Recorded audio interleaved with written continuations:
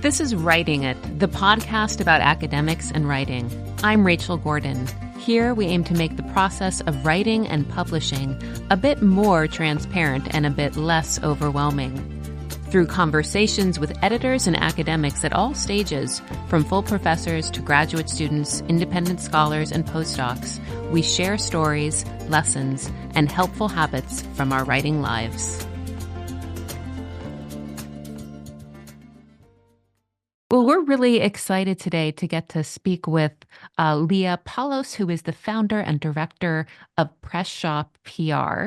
And Leah, we've never done a conversation, I realized, with a publicist. And I think actually for a lot of us academics, and I know most of our listeners are academics or independent scholars, we don't even know what a publicist might do. But I was looking at your website and it does look like you've worked with many people who are scholars.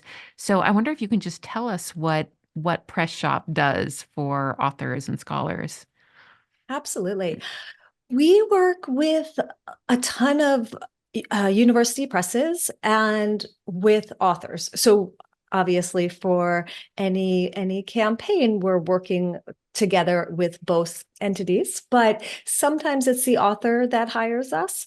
Sometimes it's the press that hires us. So the press hires us when they see a book in their list that has more media potential, has some breakthrough potential, that they think with somebody having some dedicated time and really pitching it to various media spaces that they'll get some traction. So that's why we work with university presses.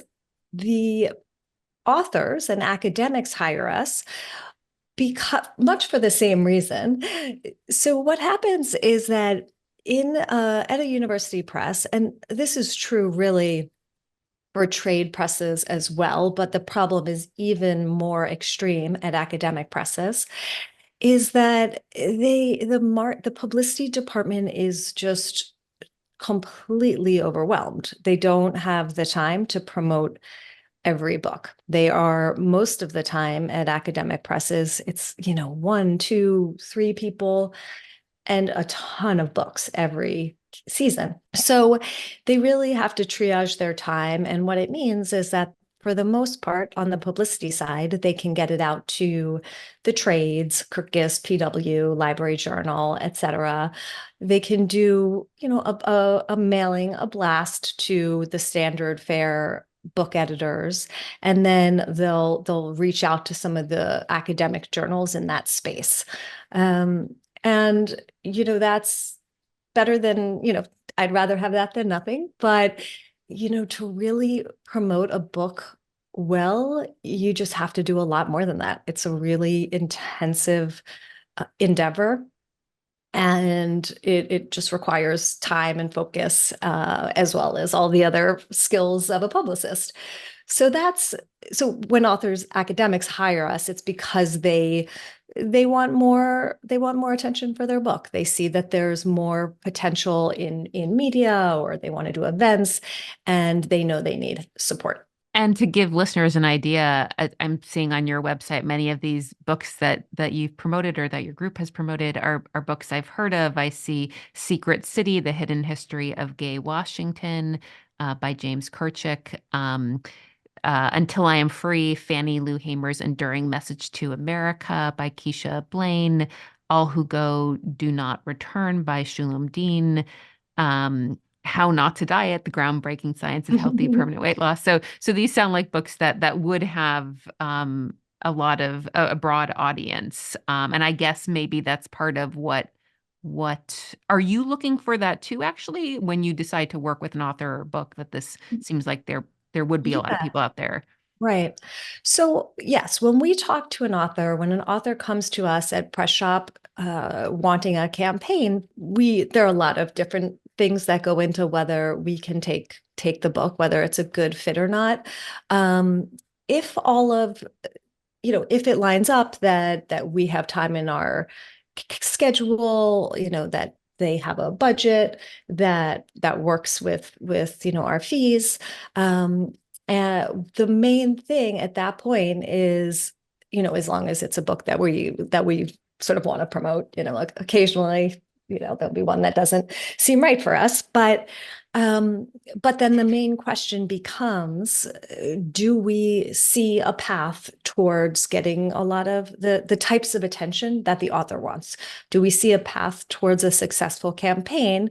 What will be successful for that author? Do we think we can achieve that?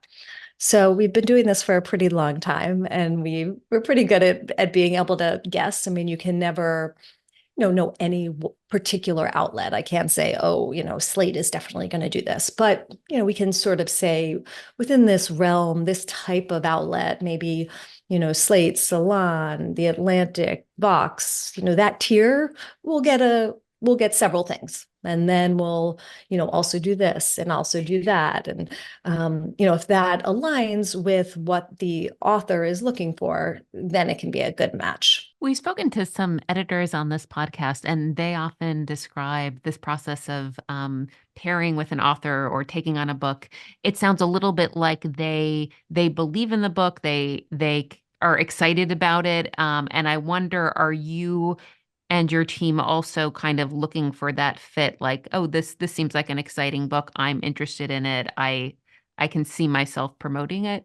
Yeah, definitely. I mean, we have to like the book and believe in the message and want to work to spread that message.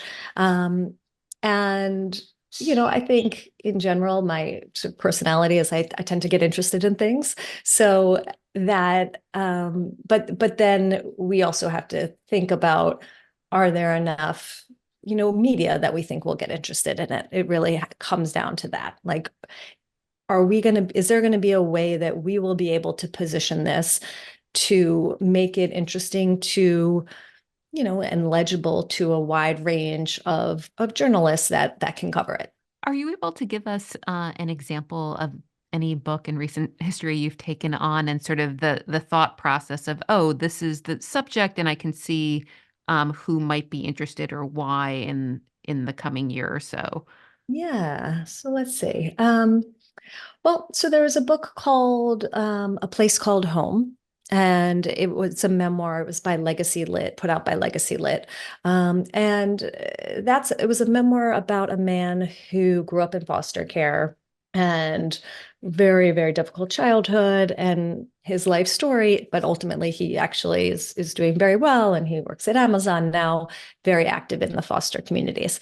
So, that's a kind of book where when we talked to him, we thought, okay, like, where memoirs can be hard. Memoirs can definitely be hard to pitch. But we sat and thought, okay, there's a lot of different categories of media that we can pitch here. We always love that. It's not just one space, like if it's an environmental book, sometimes it's like, okay, well, there's a lot of environmental media, great, but we got to get the environmental media because there's not that many other places to go.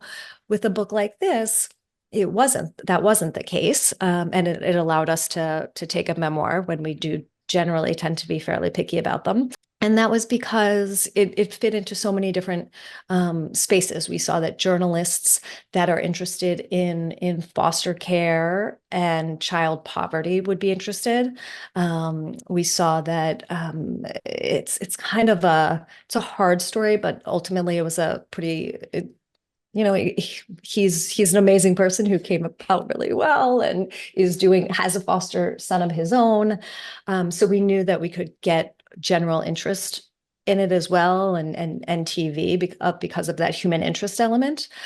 And then there's also, a work story because of his rise at Amazon, that we could work with. So that's, an example of how we think of it. Like, we saw all these different spaces that we could, crawl around and find contacts and find podcasts and find reporters, and each one would be a cluster of attention for a potential new audience. That's really helpful for explaining all the possibilities. I can't help but think of there was a television show that was popular some years ago that took place in a book publishing firm. And I think there was a publicist on the show. I'm blanking on the name of the show. But at one point, an author comes in and the publicist kind of takes a look at an author and sort of says, "Oh, I know how we're going to promote this book," because the author is like gorgeous and very outdoorsy looking. And since you mentioned the thing about the author being sort of an amazing person. And many of our listeners we have no idea what publicists do. Is it the case that you're kind of taking in the person of the author too and thinking, how would this person be out in the world on a speaking tour or, just sort of as a personality presenting their book? Are you taking that into account also? So I think every campaign, every book, every author is different. So, for that particular book, he was a very charismatic and successful person who was not shy at all and would talk to anybody and everybody loved him. Obviously, every author that we work with is not like that. But so we want to just make sure that the different pieces come together. There are some authors that we work with where they'll do an interview if it's in their space. They don't love it, but they'll do it and they'll do it just fine. So in those cases, we really go for the ones that are going to move the needle as much as possible. We won't do the smaller ones and tire them out. And then maybe we'll try and focus a little bit more on a written Q&A or other having them write essays or op-eds. So it's each one we need to evaluate based on what their strengths are, who their audience is, and is there a good match in terms of how to reach them. So Yeah. sometimes people, we've worked with authors who had, really good personal mailing list, or like a Substack with a lot of people and, are pretty good on social media, but they don't love the live events or interviews. So, we can work with that. That's really good to know that you're so flexible with, sort of the author's interests. Mhm. Um, I can't help but think of academics who might be writing, say, a history, a book that takes place at a really different time and place and might not have an obvious hook to today, unlike that wonderful memoir you mentioned. So I'm curious, how do you think about those sorts of books that maybe other history buffs or academics would be interested in, but how do you decide, okay, despite the fact that this book is, about some really esoteric time or place, I do think I could represent it well. So I think there are ways to work in that scenario. I think it really depends on the campaign that makes sense for the book. So at Press Shop, for example, we only do full campaigns. They're at least 5 months at the minimum, often 6, 7 months. So it doesn't make sense for every author. It's not going to make sense to have a full campaign for a book that has a really, is really niche and esoteric, which isn't to say that there aren't ways to promote those books and that they should just, be like, okay, it's out. I'm gonna, go back to bed or whatever. There's still things to do. It just probably doesn't make sense to hire an independent publicist to do a full-blown campaign. Maybe it makes sense to find somebody who can just do a really targeted outreach into the academic space that you're in and find all of the professors and people that are going to be interested in it and do a more targeted pinpointed campaign. So I think for a press shop, we like to see something where we're going to be able to go beyond that. So we like to see, we've worked with plenty of books that are pretty in the weeds and pretty academic, but we do want to make sure that there's a bridge. There's a way for us to pitch it. There's a way for us to make it legible to people and interesting. There's a way that we can show sort of journalists and people who are just, educated but don't know about this space, that we can make it interesting for them and that it can sort of expand their understanding of whatever the issue is. That might have answered this question I had about whether an academic who's thinking their book might benefit from this kind of attention, can they hire you or a group like you for, say, a limited time? Or were you saying that it's sort of the 5 to 7 months is often the minimum that you work? Yeah. So for Press Shop, we only do 5 to 7 month full campaigns. That's not to say you can't find other people. There are other places and other independent publicists that will do a more limited campaign. We also do another sort of offshoot of Press Shop, is another thing that we offer to authors that a lot of academics have taken us up on, is it's called Book Publicity School. And that's where we basically share with authors all of the insights and all of the strategies and tools and ideas for promoting their book that we've gleaned over the years at Press Shop. And we share all of that information with them so that they can take advantage of it, that they can do the type of outreach that's going to make the most sense for their book. So that's that. We've worked at Book Publicity School with academics that have books that are a little more, that would benefit from some promotion, but it doesn't make sense to do a full-blown campaign, or the author doesn't, have the budget or the funds to hire somebody to do anything. Is Book Publicity School an in-person event?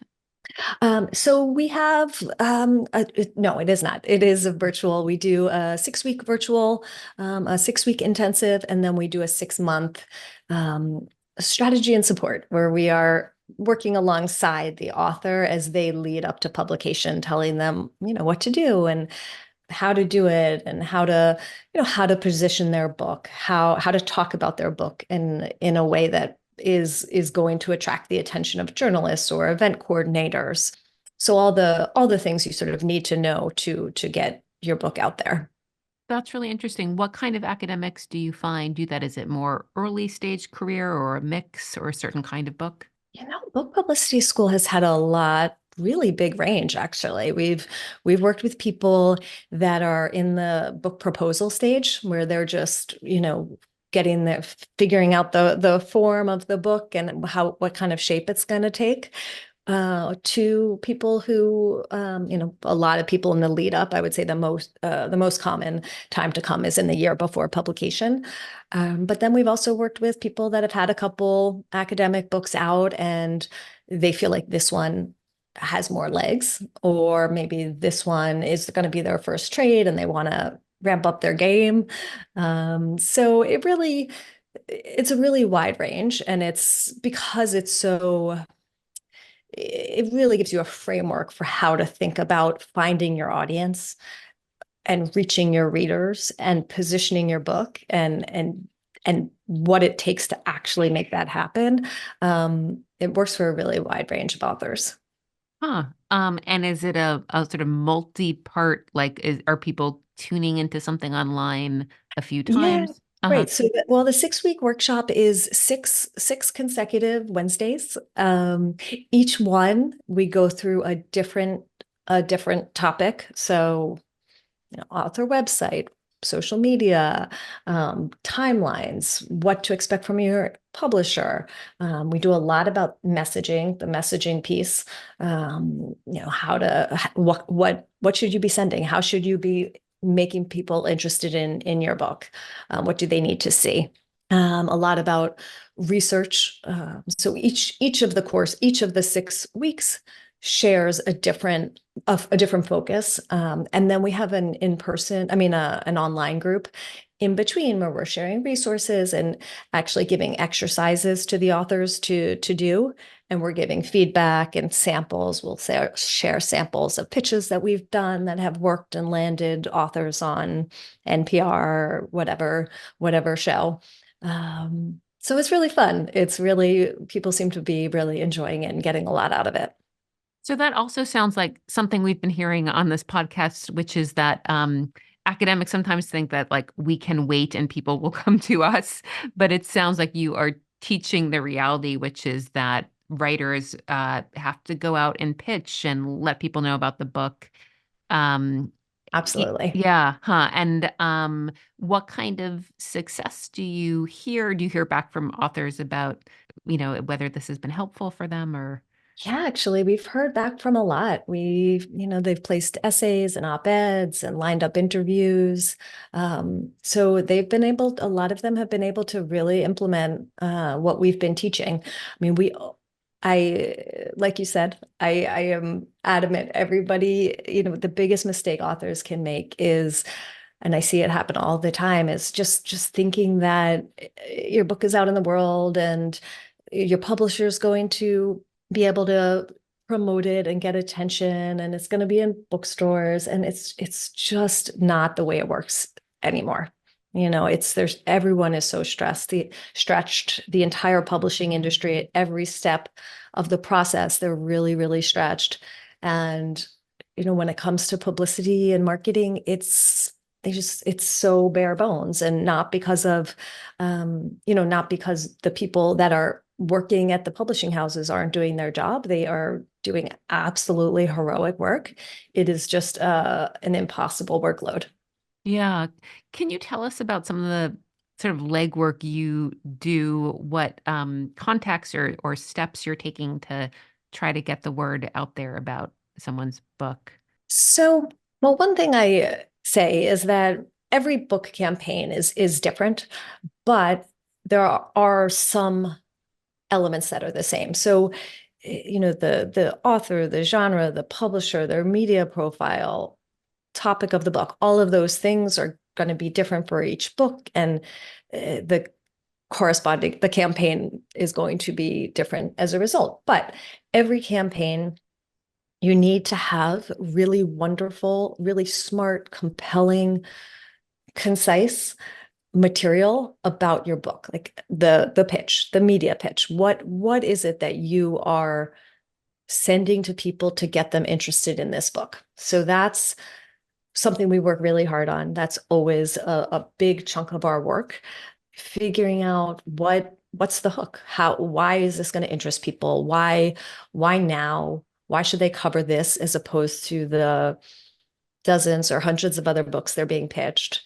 So that's one thing that we do with every project, and it's one component of every single campaign. The other one that's common across campaigns is your media list and your outreach list. So you can have the best materials in the world, but if you're sending it to, Bob down the street who is not a journalist, you're not going to get coverage. So you have to be sending it to the right people. You have to have a targeted list of people that are potentially interested. And in today's media environment that is so fractured, where it's not like, oh, just send it to the book editor of this and the book editor of that, it's just not at all adequate anymore. First of all, there's fewer and fewer venues for book reviews. And everybody's attention is so siloed. You have to really spend a lot of time figuring out who are the specific journalists, what are the specific radio shows, podcasts that might be interested in your book. So those two components are, the core of every single campaign we do. And that's where most of the work is. It's how to position it and what is the strategy, who are the people that we're going to. And then there's tons of following up, emailing and following up and sending books and interview schedules. But I would say that the heavy lifting is in those two pieces. What you describe about the pitch and the positioning makes it seem like you guys would almost be helpful even before the person has found the agent. Do authors ever come to you in those earlier Yeah. stages? So they do a lot, and that's, yeah, I mean, at book publicity school, we tend to lead them there because that's where it's helpful for them, where we can talk a lot about the messaging. We have worked in our earlier years at Press Shop, we have taken people on earlier to work on that, but for all sorts of reasons, Press Shop is only focused on the campaigns in the lead up to publication or after publication. So if listeners think this sounds interesting, it's something they'd want to keep in mind for kind of when either the book is about to be published or has just been published. Is that the timing? For a media campaign.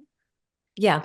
And for the book publicity Yeah, so school. book publicity school is much more flexible in the timing. So that's where we can work with people if they're just kind of coming up with their idea, because all of this stuff is going to help inform them of how to shape it, how to market it. And if you're the type of person that can learn all of that and then also get into your writer head, it's we've heard that it's incredibly helpful even at very early stages.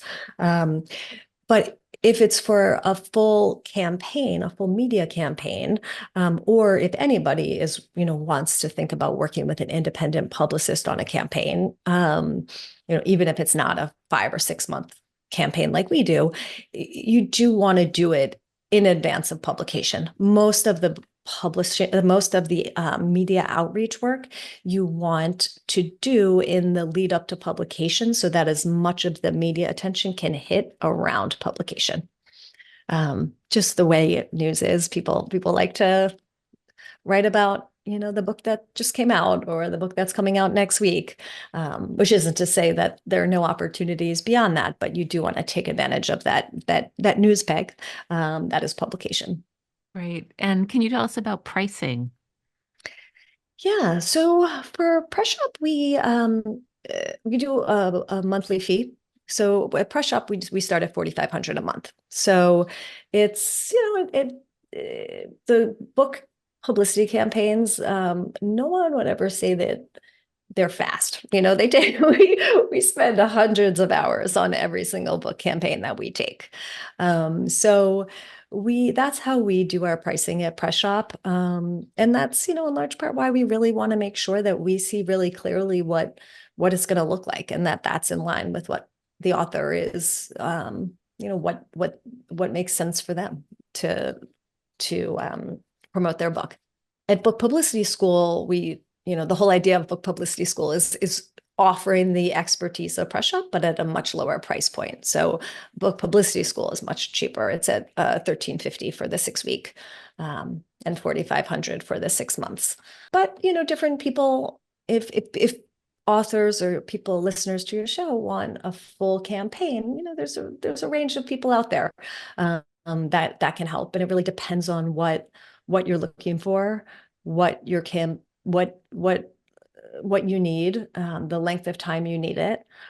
So there's all sorts of, solos and bigger firms and, people who just do social media. So That's good to know. Yeah. And then can you tell us about how you kind of measure or think about success in your work? in large part, are we, goes back to what I was saying a little while ago, that when we start the campaign, what we envision, what we hope for, what we think we can accomplish, have we accomplished that?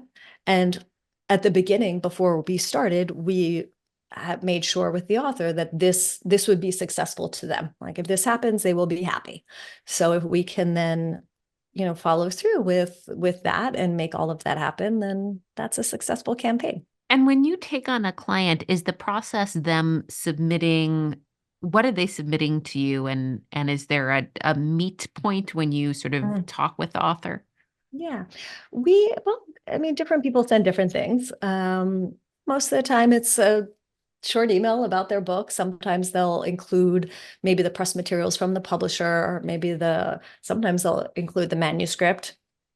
Usually when we write, we'll get back to them and send over, we have a short questionnaire that we send that asks a lot of questions about, what they're thinking for the campaign, what their publisher is doing, a lot of different things about, what's new about your book, things like that. So we'll then evaluate all of that material and have a sense of, does this seem like it's something that we could potentially do? And if it does, then I will hop on the phone. Is there anyone you might think, this to let listeners know you might not be like a good choice for this, or your book might not be a good choice for this? What would you say about that? I would say that when authors authors come for publicity for a lot of different reasons. So it's, for the book to do well and sell well, of course. But usually it's more than that. So when, if we're working with a publisher, if the publisher is hiring us, it is a little more focused on sales. When an author is hiring us, of course, we still want the book to sell well, and that's always going to be a big goal. But a lot of authors come to us with other goals in mind. So maybe they are, up for tenure and they feel like getting a wider reputation, boosting their reputation is going to be helpful. So maybe they really enjoy the speaking circuit and they've had paid speaking engagements and they want more and they think this is a good route to getting them, which it often is. Maybe they, are looking for a new, they have another book in mind and they're going to be looking for an agent for that next book, or they want to go to another publisher or get a bigger advance for their next book. So they're thinking about laying the groundwork for the next step in their writing career. So there's all sorts of things like that, or awards, or sometimes it's also, usually this is a part of every campaign, but where it lands in the hierarchy of goals depends. But a lot of people also, you want to talk about your book. It comes out and you want to find your readers. You want to go out there and share your scholarship or your whatever it is you're writing, and have feedback rather than just it's out there and okay, it's out there, so a lot of that's another, back to your question about who it wouldn't be good for, is you have to think about what your goals are, and are those your goals? How do they fit? And then what do you want to put towards it? It has to make sense for you. Obviously, hiring a press shop doesn't make sense for everyone. It is pricey. It makes sense for a lot of authors. I would never, it's not by any means something that every author should do. Maybe for some authors, it's like it would be a wiser course to, hire a researcher to find, every professor that's teaching this particular subject and, write a personal letter, or, figuring out, finding different organizations that might like to have them speak, and, hiring somebody to really delve into that space. So it really depends on the book, the scenario, what's going on with the author, what they should do. And it sounds like the book publicity school might help people figure out too some of those kinds of paths. Yes, I was just going to say that we have had people there that were trying to figure out what to do, if they should hire somebody to handle a campaign, if they should hire a digital marketing person, if they should not. So that is something that they get a lot of clarity on in the workshops. And who is teaching those classes? Me. Okay. And it is all me. Great. I'm not the back end, but I'm the one teaching all of the workshops. That's great. So there's some opportunity for sort of students in the class to actually interact or ask questions to you. Oh yeah, definitely. So in our 6-week, we actually have a one-on-one with every student, with me and every student at the beginning, so that as we're going, I can, pinpoint for each person, like, Michael, you should do this. Sally, forget about this, but focus on that. And then we do questions in every workshop. And then our Facebook group is also very interactive. So I'm weighing in the Facebook. People can ask questions. My team is weighing in. That sounds wonderful. I mean, these are exactly the things that we don't learn, and I feel like academics don't talk about. So that seems really useful.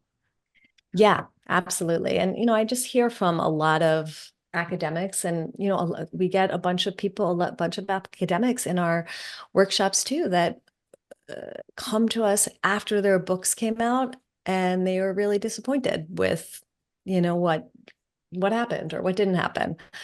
So they're trying to make up for time. So it's always better to do it earlier.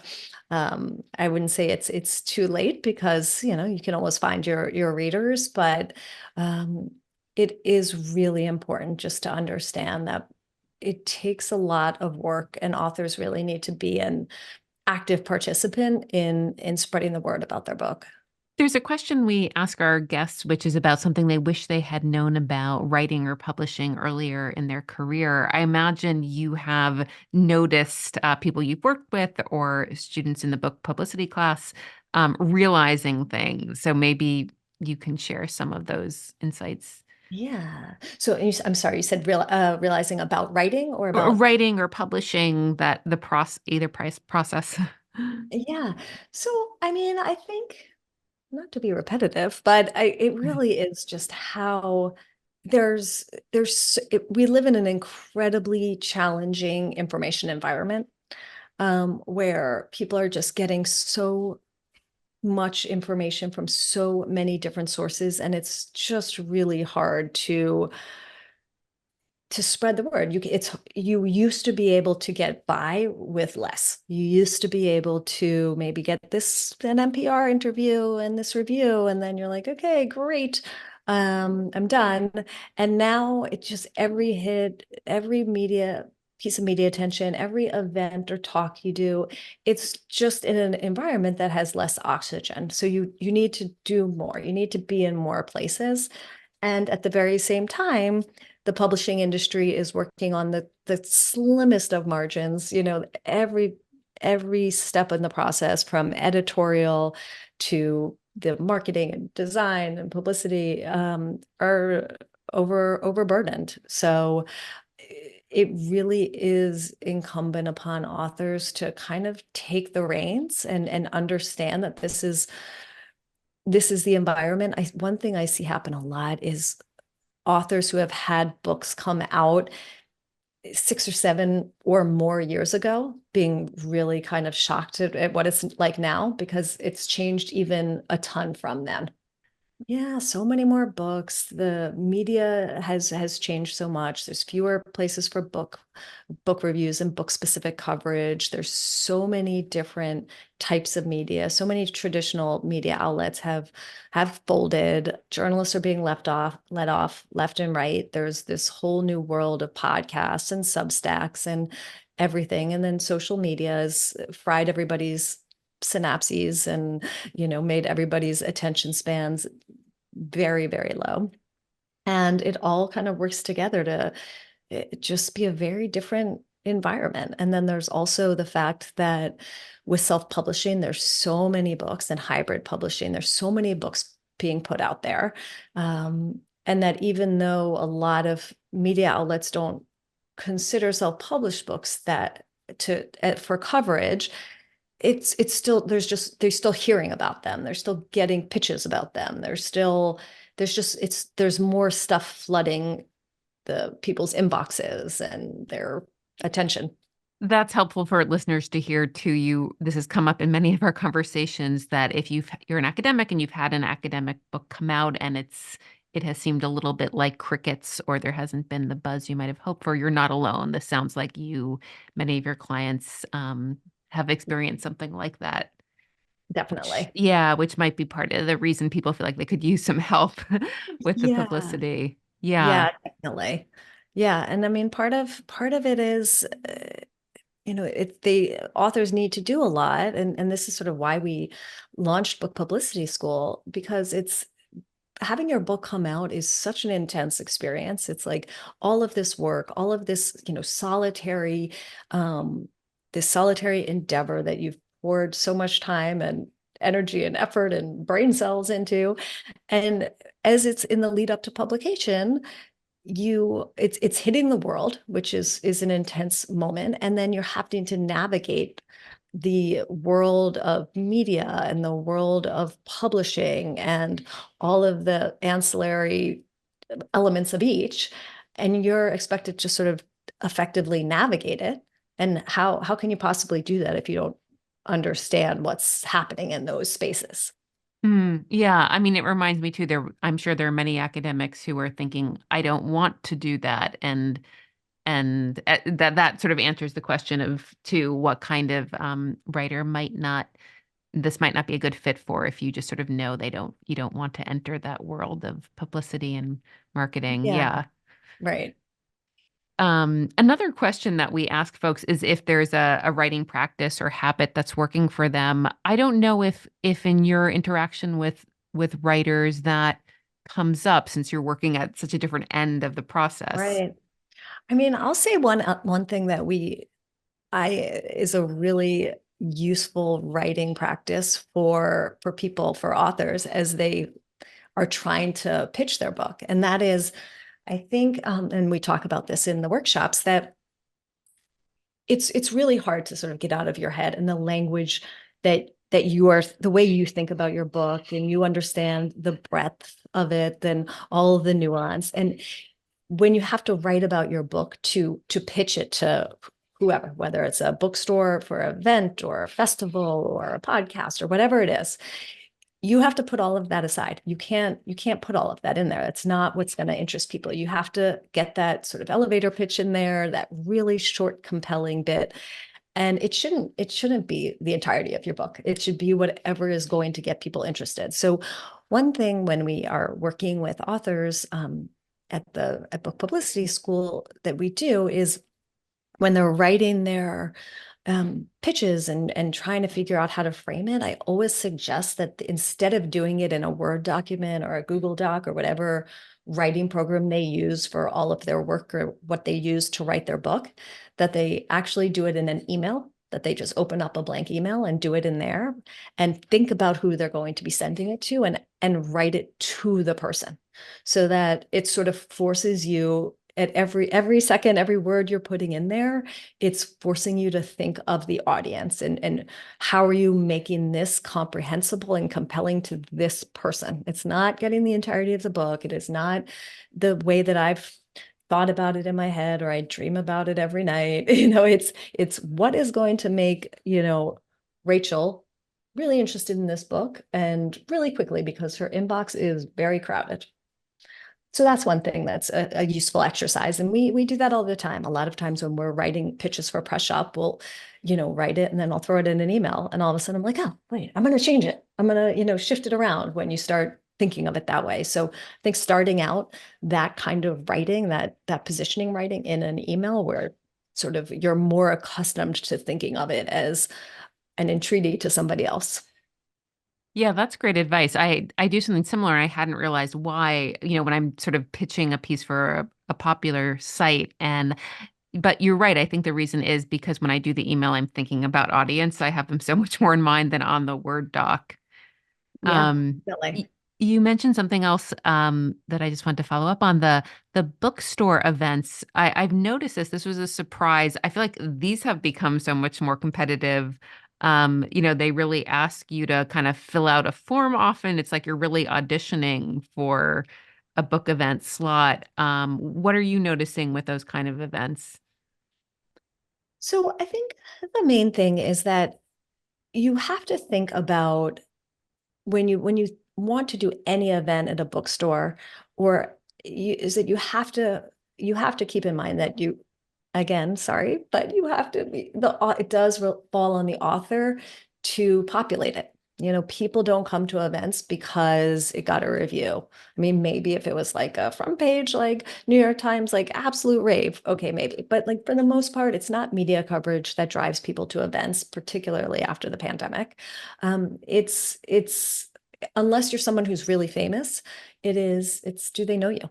And are there people that are going? So when you think about a bookstore event, you need to think about it that you have to get the audience. So I always say to authors that you really have to think of a bookstore event as or a bookstore as a venue, not as an audience. Like you are responsible for bringing the audience. This is the venue, almost like a party. You wouldn't throw a party for you and your book and then not invite anybody.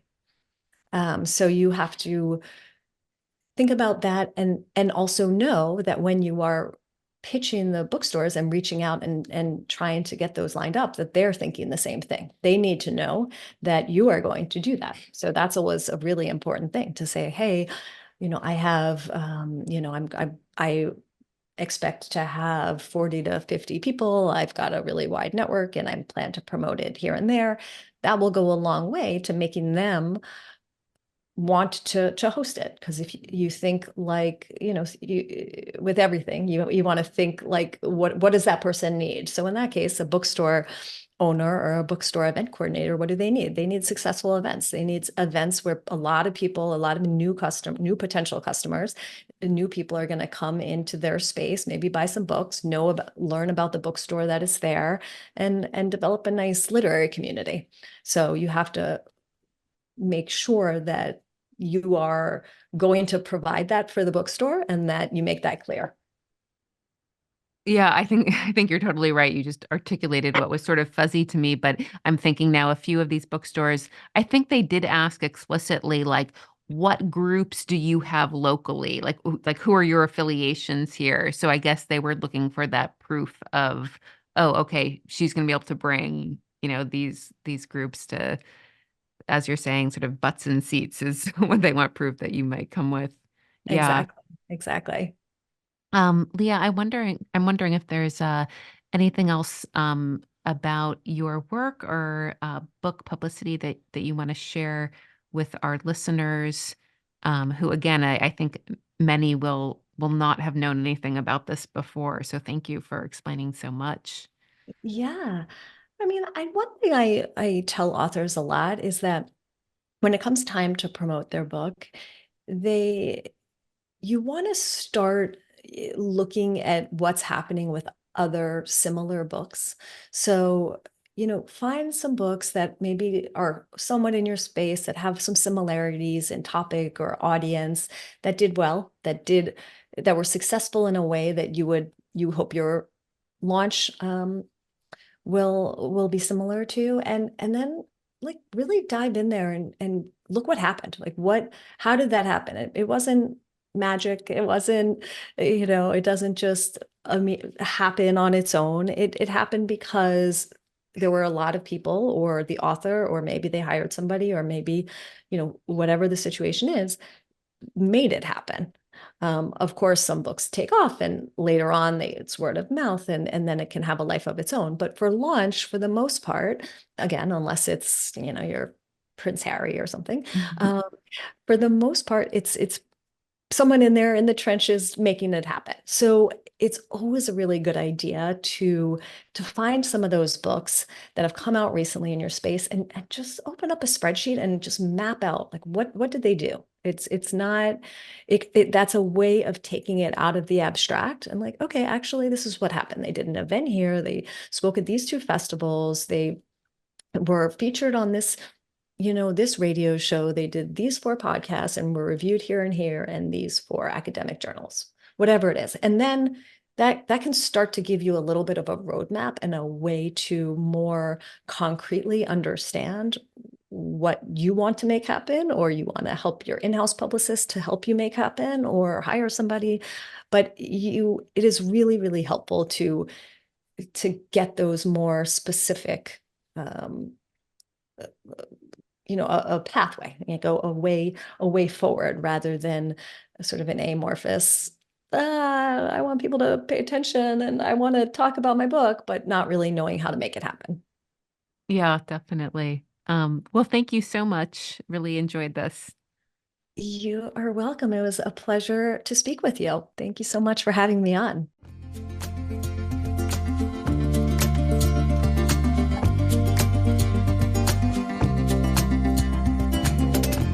Thanks for listening to Writing It, the podcast about academics and writing, sponsored by the Center for Jewish Studies at the University of Florida.